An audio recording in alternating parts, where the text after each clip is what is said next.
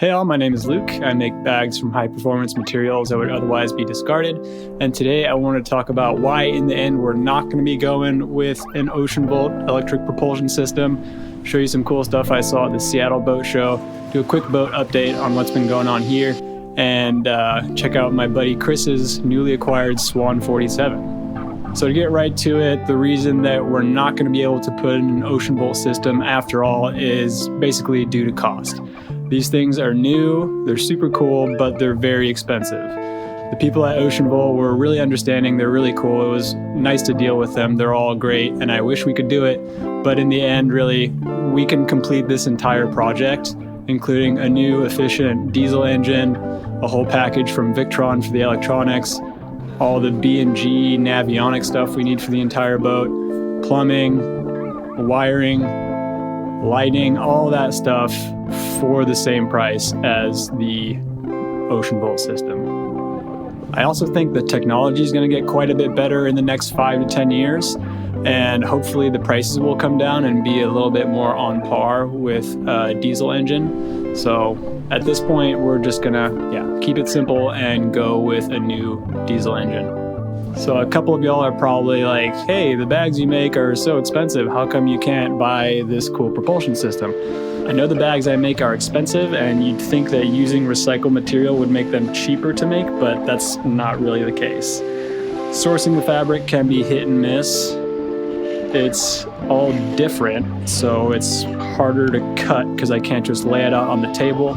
After I cut it, I need to wash it before I run it through the sewing machines.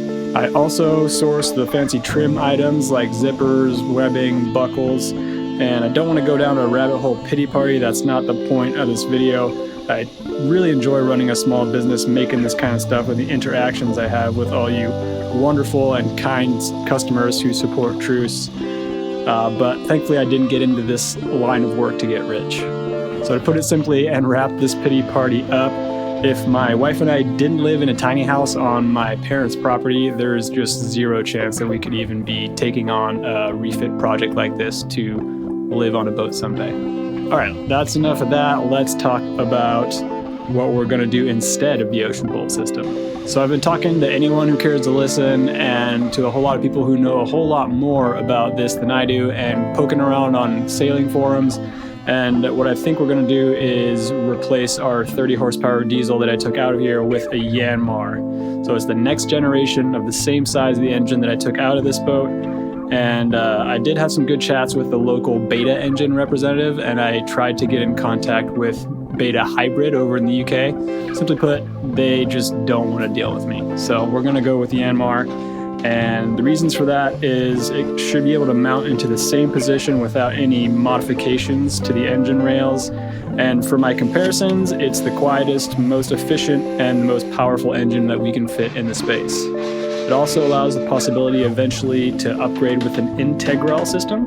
If you're not familiar with Integral and are also a nerd for this stuff like I am, you should check them out. It's basically a super beefy alternator that adds 20 centimeters of gear behind your engine to turn your boat into a hybrid electric system. It's super cool stuff, but it's also not cheap. The upcoming Ultra version is going to be somewhere a little bit more than $20,000. So as you've been seeing here, I've still been working on the molds for the cockpit reduction / cabin enlargement.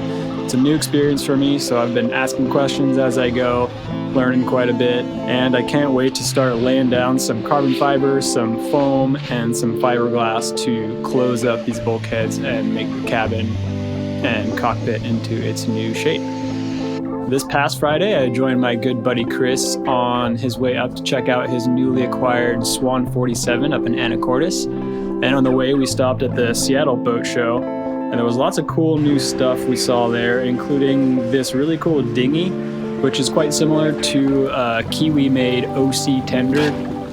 It's just got a different hull shape, it's got a few other things that are different, and it's made locally here, so you get to save a lot on shipping. Also a great compact looking water purification setup, a really cool collapsible boat pole, and all the cool stuff from B&G, which I may be biased, but it's definitely the best system to have on a sailboat.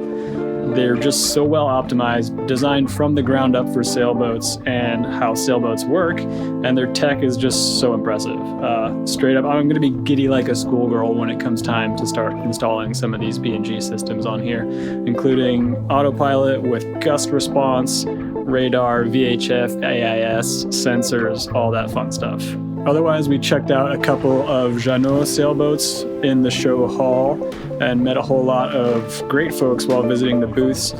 I'm personally not into powerboats, but they had a whole lot of them there, including one that is 100% electric and made from cork.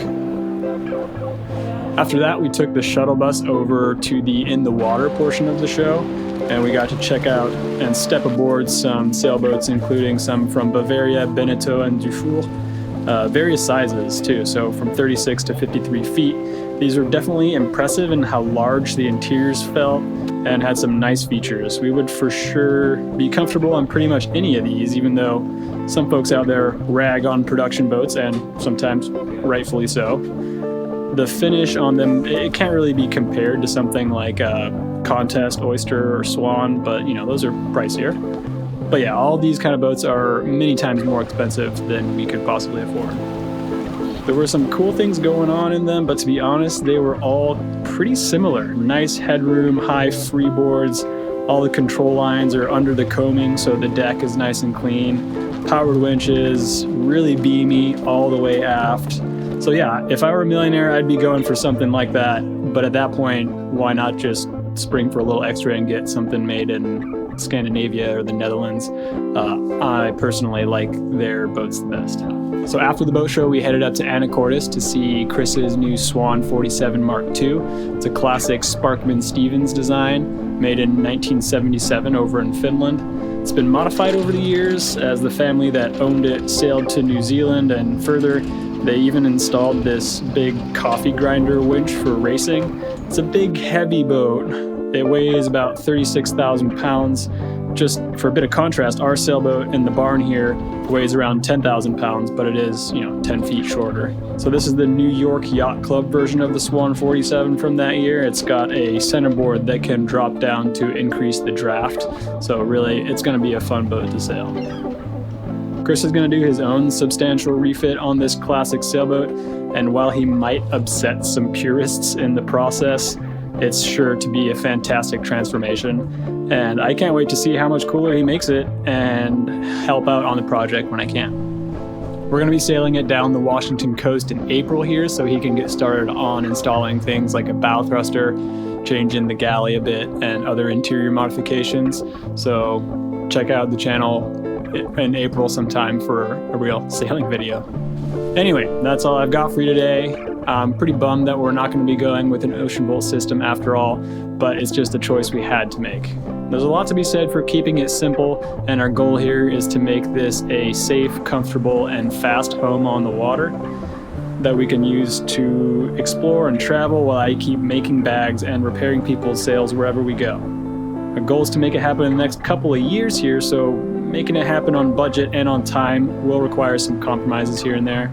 I'm really excited to move past this phase of pulling stuff out of the boat and sanding, and can't wait to start putting new things on the boat and installing new systems. So it's going to be really satisfying for me. So I hope to see you guys in the next one, and thanks so much for watching.